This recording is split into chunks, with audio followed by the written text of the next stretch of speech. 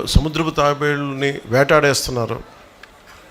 ఒకప్పుడు మత్స్యకార వృత్తిగా ఎంచుకున్నప్పుడు ఇక్కడున్న మన మత్స్యకార సోదరులందరూ కూడా వాళ్ళ వలల్లో చిక్కుకుపోయాయి.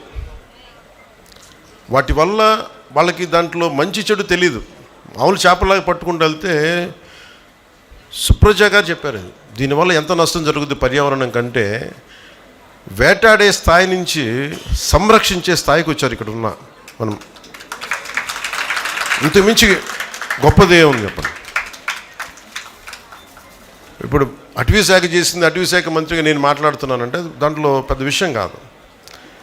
అది వాళ్ళకి అది అవసరం లేనిది, పట్టించుకోకర్లా. కానీ నిజంగా భూమాతని నమ్మితే, ప్రకృతిని నమ్మితే, ప్రకృతిని పూజిస్తే వాళ్ళ సహజమైన వృత్తిని కూడా అర్థం చేసుకొని దీన్ని మనం పట్టకూడదు, సాంప్రదాయ వృత్తి దీనికి సంబంధించి పట్టుకోకూడదని అడవులు వలల్లో చిక్కితే వాటిని జాగ్రత్తగా కట్ చేసి, ఒక్కొక్క వల కట్ చేయడం అంటే కూడా నష్టపోవడం అనమాట. వాళ్ళు నష్టపోయి ఆ వలలు కట్ చేసేసి మళ్ళీ వాటిని వదిలేయటం.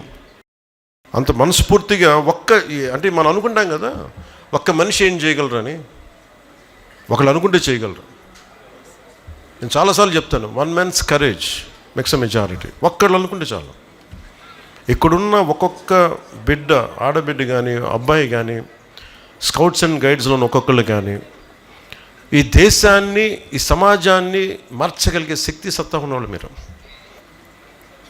సుప్రజ గారు ఒక్కళ్ళు అనుకొని ఆవిడికి తోడుగా రాజు గారు, సూరజ్ గారు, చంద్రారెడ్డి గారు, సోమేశ్వర్ గారు, ఇలాంటి వాళ్ళందరూ జాయిన్. ఒక్కళ్ళు అనుకోవాలి ఫస్ట్. ఆవిడ అనుకున్నారు ఫస్ట్ ఏదో చేద్దామని. ఆ చేయడం మూలంగా దానికి ఫారెస్ట్ డిపార్ట్మెంట్ కలిసి వచ్చి, ఫారెస్ట్ డిపార్ట్మెంట్ కూడా ఇందాక మన చిరంజీవి చౌదరి గారు చెప్పినట్టుగా కూడా అన్నీ చేయలేం మనం. సో స్టేక్ హోల్డర్స్ ఉంటారు, చాలామంది కలుపుకొని వెళ్ళాలి. ఆ కలుపుకుని వెళ్ళే భాగంలో మనకి సుప్రజ గారు రావటం, ఇవన్నీ చాలా కదిలించేసింది.